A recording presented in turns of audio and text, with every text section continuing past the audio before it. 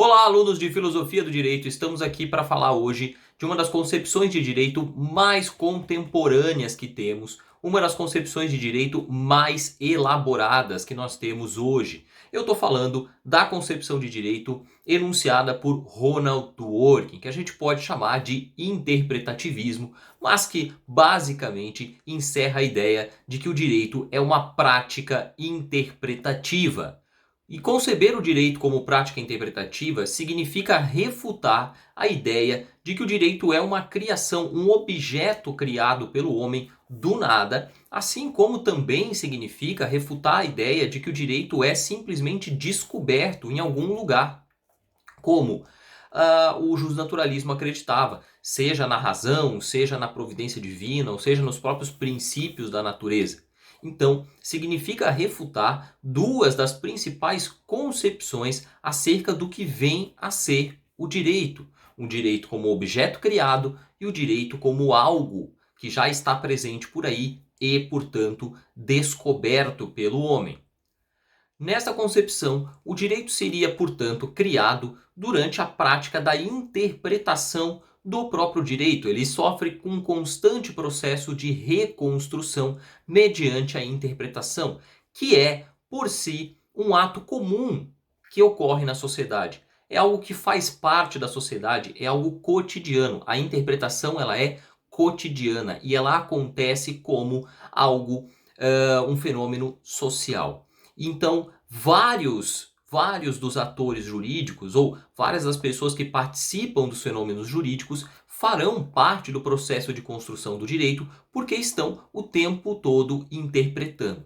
E porque faz parte da sociedade, porque a interpretação é algo da sociedade, assim como os valores, não há uma dissociação entre o direito e os valores da sociedade. O direito pertence a esse fenômeno social que é a interpretação, e a interpretação está necessariamente vinculada aos valores. Algo que Dworkin utilizou para exemplificar ou para auxiliar a compreensão dessa concepção e que é largamente lembrado por comentadores, intérpretes do autor, é o que ele chama de romance coletivo. É uma alegoria que ele faz baseada na ideia de romance coletivo. No romance coletivo, um autor começa uma história e outros autores seguem-se a ele, dando continuidade nessa mesma história. Mas, para que eles possam dar continuidade a essa história, eles precisam compreender aquilo que já tinha sido escrito. Então não se trata de criar novas histórias, se trata de dar continuidade a algo que já foi previamente construído. Também não significa obedecer cegamente aquilo que já foi feito. Significa você dar sequência naquilo que for necessário, mas compreendendo, entendendo e respeitando tudo aquilo que já foi feito. Trata-se, portanto, de um processo contínuo, um processo de construção e de reconstrução contínua do direito.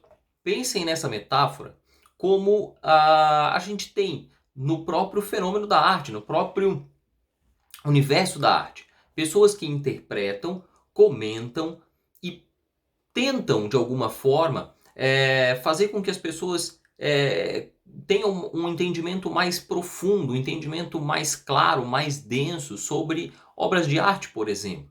Sobre a Mona Lisa, ou sobre uma obra literária, sobre um texto de Machado de Assis, por exemplo.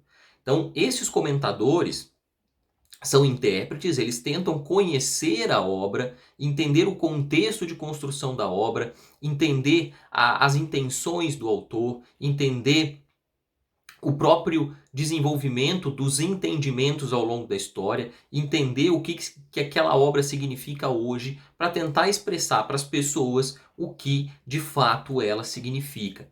Então não é um processo de opinião. Eu não vou olhar para uma Mona Lisa e vou simplesmente dizer, ah não, acho a Mona Lisa bonita, ou acho feia, ou acho bem pintada, ou acho mal pintada. Não é isso. Se trata de entender todo o processo de construção daquela obra, de concepção daquela obra, o contexto daquela obra, para aí então fazer uma interpretação e enunciar essa interpretação para que as outras pessoas aproveitem do resultado desse processo interpretativo. Então, não é uma simples leitura. Trata-se de conhecimento e posteriormente de entendimento e enunciação dos resultados desse processo. E isso é facilmente observável no campo jurídico. Por quê? Porque no campo jurídico, o tempo todo, os atores do processo estão construindo coisas a partir de outras construções que já estão estabelecidas. Esse fenômeno acontece tanto na jurisprudência, nas decisões que se sucedem, como também na doutrina, no trabalho dos advogados e no próprio cotidiano de todos esses profissionais. Você está sempre olhando para aquilo que foi construído e oferecendo respostas mais ou menos alinhadas àquilo que já foi construído. No entanto, é importante observar que aquele processo de conhecimento que a gente se refere no campo da arte também tem que acontecer no campo do direito.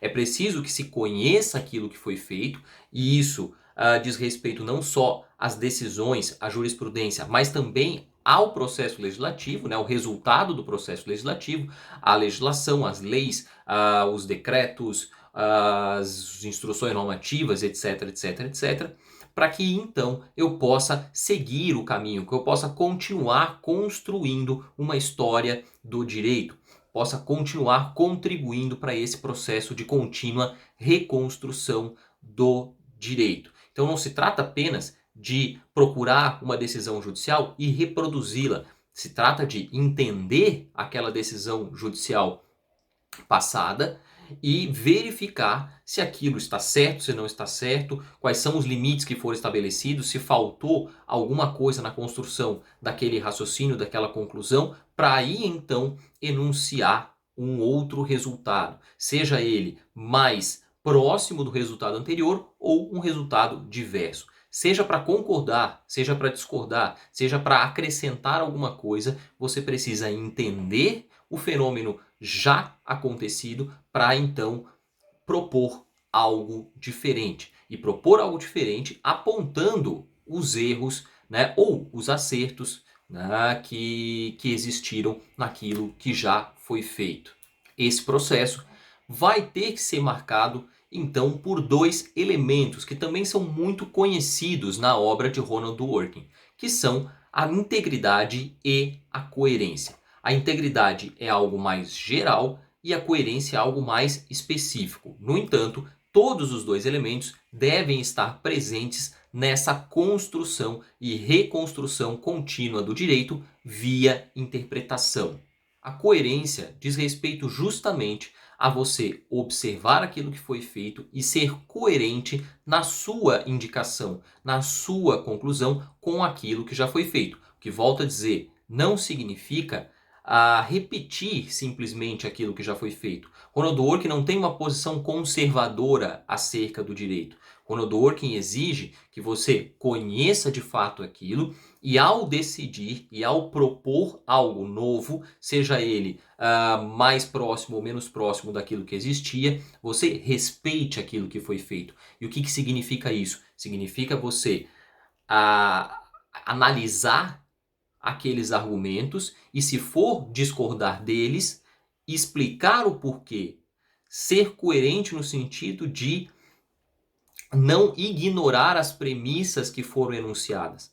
Você não vai dizer não concordo a partir da ignorância das premissas, e sim a partir do conhecimento das premissas, a partir da refutação daquelas premissas que você demonstra que entendeu. Então você precisa demonstrar que entendeu para poder então refutar aquelas premissas. E tudo isso precisa estar exposto, precisa estar claro, para que inclusive outras pessoas que venham depois de você possam conhecer a sua posição e concordar ou refutar com ela de maneira coerente. Se você não justifica, se você não deixa claro as suas razões, se você não observa atentamente aquilo que já foi feito, você não dá sequer a oportunidade de que os outros desconstruam, concordem ou discordem legitimamente da sua posição. Então é preciso respeitar as posições que já foram construídas, mas isso não significa, volto a dizer mais uma vez, que você deva baixar a cabeça para tudo aquilo que foi feito, ou seja, que você deva reproduzir tudo aquilo que já foi feito. Não, a ideia de Dworkin não é de reprodução, muito longe disso, muito o contrário disso. A ideia é que você entenda, densifique o debate e possa propor de maneira concreta e coerente com todo o processo de construção, todo esse processo interpretativo. Já a integridade, ela diz respeito ao contexto do direito como um todo. Lembrem-se, o direito é uma construção que faz parte de processos que são comuns, cotidianos na sociedade, e por isso ele não se desvincula dos próprios valores da sociedade. E o direito enuncia valores. A nossa Constituição é um grande exemplo disso. Se você olha o preâmbulo da Constituição, se você olha o artigo 1º, o artigo 3º da Constituição, lá você encontra valores muito bem expressos na nossa Constituição. Valores que têm função normativa, como a gente já viu nas aulas sobre constitucionalismo. Valores que não estão lá à toa. Então, toda a construção do direito, seja aquela mais na ponta, mais na base, numa negociação, numa decisão judicial de primeira instância, na decisão de um administrador público, na execução de uma política pública, tudo que vai ser construído em direito precisa tomar em consideração o contexto do direito como um todo, o que inclui estes valores. Há um encadeamento desses valores que se transformam em argumentos, junto com todos os outros argumentos que são construídos ao longo do tempo, na legislação, nas decisões judiciais, nos atos administrativos, nas negociações, na doutrina, etc, etc, etc. Todos esses argumentos que vão sendo construídos, eles precisam ter elos com todo um encadeamento de argumentos que vai levar até esses argumentos mais gerais. Esses argumentos mais gerais que encerram esses valores tão importantes como a democracia e a dignidade da pessoa humana, ou como os objetivos de Estado de erradicação da pobreza e de não discriminação. Então é necessário ter em conta e bem claros os delineares de todos esses valores. Eu preciso entender o que é democracia, o que é um Estado democrático de direito para poder entender. Então, o que são todas as outras construções abaixo desses grandes princípios? Se eu estou falando, por exemplo, de um benefício previdenciário, de um caso de auxílio-doença, esse caso de auxílio-doença, a concessão ou não, ter direito ou não ter direito, ele tem a ver com o princípio da dignidade da pessoa humana e ele tem a ver com o Estado democrático de direito e com a própria conformação do nosso Estado a partir da Constituição, que é uma Constituição que aponta para a concretização de direitos sociais. Então há um encadeamento e para que você possa dizer de forma clara e concreta se há ou não o direito, você precisa ter a consciência desse todo, desses elos que vão se conectando até chegar lá no topo, nesses princípios mais gerais. A interpretação, ela depende desses elos. A interpretação, ela depende dessas conexões. E quando a gente fala em integridade, a gente está falando que esse todo precisa ser íntegro. Você não pode ter quebras nesses elos, nessa corrente de argumentos. A sua decisão lá na ponta, seja ela uma decisão judicial ou uma posição doutrinária, por exemplo, na interpretação do direito, ela não pode estar dissociada do seu conceito de democracia, do conceito de democracia forte, um conceito denso. A decisão lá na ponta, ela não pode ser antidemocrática se o Estado é fundado na própria ideia de democracia. Então, a integridade se refere à preservação desse todo jurídico que é o direito. E a preservação dos elementos de integridade e coerência diz respeito à própria preservação desses valores mais caros, como a igualdade e a liberdade. A partir do momento em que todo aquele ator jurídico passa a decidir de forma coerente, de forma íntegra, ele passa a decidir de forma igual para todos. Se eu me permito ser incoerente, se eu me permito a não integridade do direito, é muito certo que eu vou acabar descambando nas minhas decisões para a arbitrariedade. Ora decido de um jeito, ora decido de outro e não procuro justificar muito isso. Por quê? Porque falta densidade interpretativa, falta responsabilidade interpretativa que se encerra nessa ideia de integridade e de coerência. No Brasil, os princípios de integridade e coerência foram inclusive concretizados na legislação processual civil. Se você olhar lá para o artigo 926 do Código de Processo Civil, você vai ver que é dever dos tribunais manter a integridade e a coerência da jurisprudência, o que é muito importante. Não é obra do acaso que esses princípios estejam lá. Há uma forte influência de autores nacionais que seguem uma linha muito parecida ou idêntica à linha de Ronald Dworkin, que influenciou nessa decisão, a decisão de positivar a integridade e a coerência lá no Código de Processo Civil, o que dá aos magistrados uma obrigação, o que impõe aos magistrados uma obrigação de fundamentação e de densidade na fundamentação. Não basta fundamentar, tem que fundamentar com integridade e coerência, para que aquela decisão possa ser contestada, possa ser contraditada e possa inclusive ser repetida. Para que uma decisão possa ser repetida de maneira responsável, ela precisa ter uma fundamentação densa.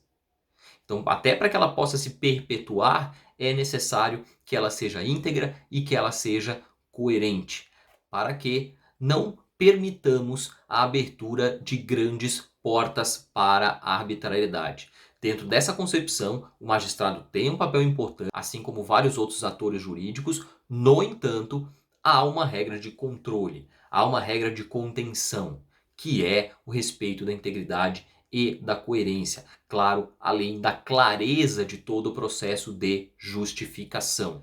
E se há um esforço interpretativo denso, é claro que há um esforço interpretativo dirigido à resposta correta.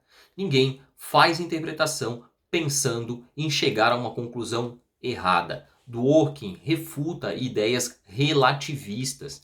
Dworkin afasta o relativismo do direito no sentido de não aceitar que alguém tome uma decisão aceitando que outras posições jurídicas sejam igualmente válidas. No sentido de haver uma grande possibilidade de decisões e que o magistrado apenas escolhe alguma dessas possibilidades baseado em algo que não é jurídico. Porque, afinal, se o direito oferece várias opções, para que eu possa decidir acerca de alguma dessas opções, eu preciso então recorrer a outra coisa que não é o direito. Vejam, o direito oferece possibilidades. Se o direito oferece possibilidades, a minha decisão sobre essas possibilidades não pode decorrer do próprio direito, tem que decorrer de alguma outra coisa. Pode ser da economia, pode ser da sociologia, pode ser da política. E Dworkin pretende refutar essa relação que não é de harmonia entre o direito e esses outros elementos. É uma relação de subordinação. O direito apenas oferece caminhos, mas quem decide ao final não é o direito. Então, existe a possibilidade, via interpretação, mediante interpretação íntegra e coerente, de chegar a respostas corretas.